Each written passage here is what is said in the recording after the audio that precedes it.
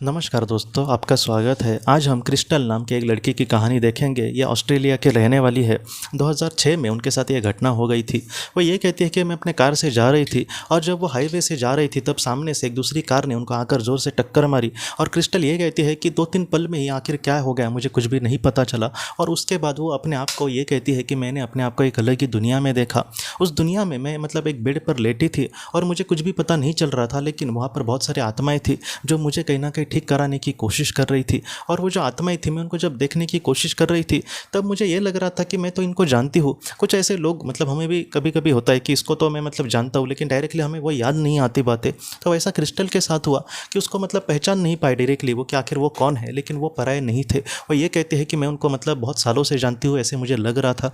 बाद में वो जो आत्माएं थी दोस्तों, उन्होंने क्रिस्टल के मन में कुछ इस तरीके से विचार डाले कि हमारा और तुम्हारा बहुत ही पहले का रिश्ता है। हमने बहुत सारे जो जन्म है एक अलग अलग रिश्ते में हम कहीं ना कहीं पृथ्वी पर जिए थे, इसलिए हम तुम्हें पराये नहीं लग रहे हैं। एक ना एक दिन इन सारी चीज़ों को तुम बहुत ही अच्छे से समझ पाओगी। पृथ्वी पर अब तक तुमने क्या अच्छे कर्म किए हैं, क्या बुरे कर्म किए हैं, कैसे कैसे तुम्हारे जन्म हुए थे, इन सारी बातों को भी बहुत ही अच्छे से तुम जान पाओगी।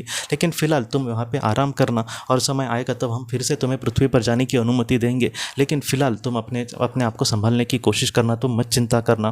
क्रिस्टल ये कहती है कि मुझे फिर से पृथ्वी पर नहीं जाना था क्योंकि यहाँ पर मुझे बहुत ही ज़्यादा शांति लग रही थी। लेकिन बाद में उन पवित्र आत्माओं ने उसको फिर से कहा कि तुम्हारा जो जीवन कर्तव्य है वो अब तक पूरा नहीं हुआ, इसलिए तुम्हारे लिए अच्छा यही होगा कि तुम फिर से पृथ्वी पर चली जाना। क्योंकि अगर तुम यहाँ पर रहने का फैसला करोगी तो फिर से यही जो कर्म भाग तुम्हारे अब तक जो अधूरे रह गए हैं उसको पूरा करने के लिए तुम्हें फिर से एक नया जीवन लेना होगा। इसलिए अच्छा यही है कि तुम फिर से अभी पृथ्वी पर जाना और अपना जीवन कर्तव्य पूरा करके ही यहाँ पर लौट आना। और उसके बाद क्रिस्टल ने उनकी बात मानी दोस्तों। और बाद में क्रिस्टल ये कहती है कि थोड़ी देर तक वैसे ही चीज़ें चली और उसके बाद उन्होंने उसको ये कहा कि अब तुम्हें फिर से पृथ्वी पर जाना होगा। क्रिस्टल उसके लिए मान गई और बाद में वो ये कहती है कि सारा जो वातावरण था वो फिर से बदल गया और मैं फिर से पृथ्वी पर लौट आई।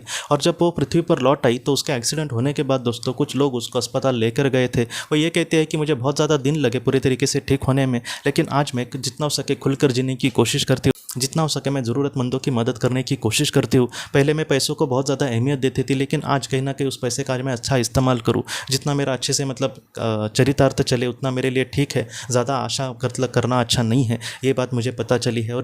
और जितना हो सके आज मैं लोगों की खुशियों में अपनी खुशी देखने की कोशिश करती हूँ, क्योंकि मुझे पता है कि मेरी आत्मा का जो स्वभाव है कुछ इस तरीके से ही है। आत्मा के स्वभाव में कहीं ना कहीं आत्मा के रूप में हम कभी भी अपने लिए नहीं सोचते। हम जितना हो सके सर्वशक्तिमान ईश्वर के बारे में, हम ऐसे ज़रूरतमंद लोगों के बारे में जिनको हमारी ज़रूरत है, हम उनके लिए कुछ कर सकते हैं क्या? अगर हमारी आत्मा इस तरीके से सोचेगी तो पृथ्वी पर मैं वैसे ही सोच रख के अगर आगे बढ़ूंगी तो वो जो सारी बातें हैं वो हमारी आत्मा को ही कहीं ना कहीं खुशियाँ देगी। ये सारी बातें हैं जो है वो दोस्तों क्रिस्टल को वहाँ पर पता चली। तो इस तरीके से जो क्रिस्टल की कहानी है हम सबको यही सीख देती है कि इस दुनिया के भी परे दुनिया है कोई, और वहाँ पर हमारे करीबी आत्माएँ जिनके साथ हमने बहुत सारे जन्म लिए थे, जो हमारे करीबी दोस्त थे, जो हमारा परिवार के एक हिस्सा थे, ऐसे जो आत्माएँ हैं उनके साथ वहाँ पर हम बहुत ही खुशी से रहते हैं।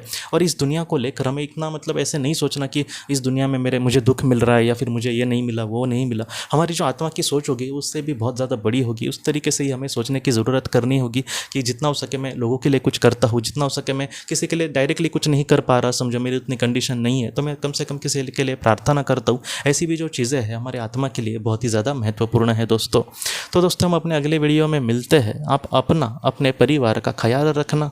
आपका बहुत बहुत धन्यवाद।